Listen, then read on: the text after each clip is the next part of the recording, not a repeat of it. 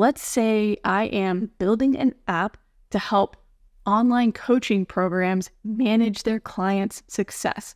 Now, we run our own online coaching program, so I know a lot about this. I'm going to give you 3 examples of how I could do my early user outreach. So number 1, I could send an email to 10 other business owners in the space who I know run their own coaching programs. And I could just send them a really quick lesson that I learned from a client interaction I had and how I implemented that lesson into my business in order to increase my clients' overall success. This should really feel like starting a conversation.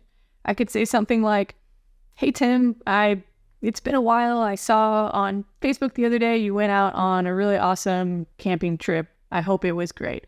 Listen, I've been thinking about this a lot in my business. I thought maybe you would find it helpful too and wanted to just reconnect with you. Look, here's what I learned. This is how I implemented it. I hope you find that helpful. Talk to you soon." Really easy. Now, I can say with confidence I'd probably get 8 to 10 emails back with questions asking more about how I implemented this.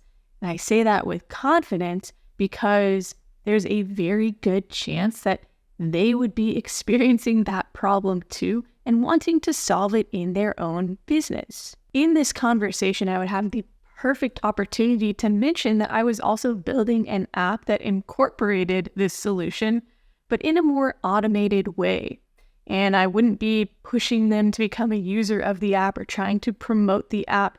In other words, they would be able to take the information I had provided, the lesson I learned, and run with it on their own and still get help and value from that app aside. But I would be able to mention the app in a non-pushy, very natural conversational way. And I can guarantee you that in a good number of those conversations, people would show interest in the app, which would then turn into a conversation about them becoming early access users. But it would be them asking me more about it versus me pushing it on them. Now, could you just send 10 emails that say, "Hey, so-and-so, I'm building this app. Do you want to become an early access user or sign up for that waiting list?"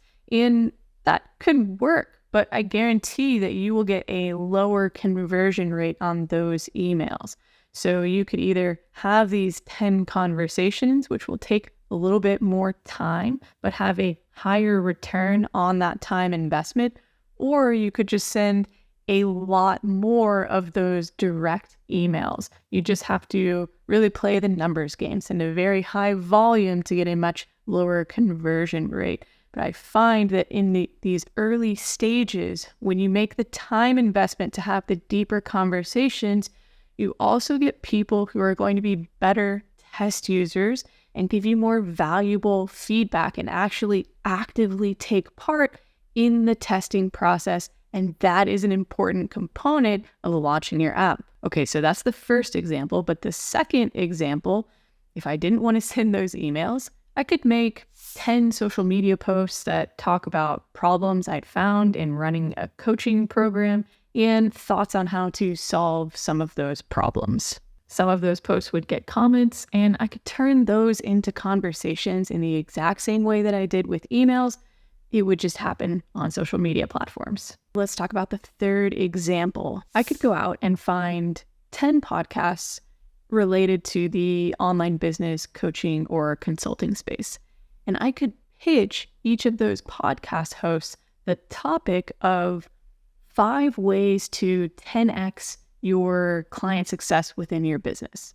And in that podcast interview, I wouldn't be talking about my app, but I would be talking about solving problems that my app also happens to solve. And through that conversation, I'd be positioning myself as an expert around that topic, and it would magnetize the right type of people toward me.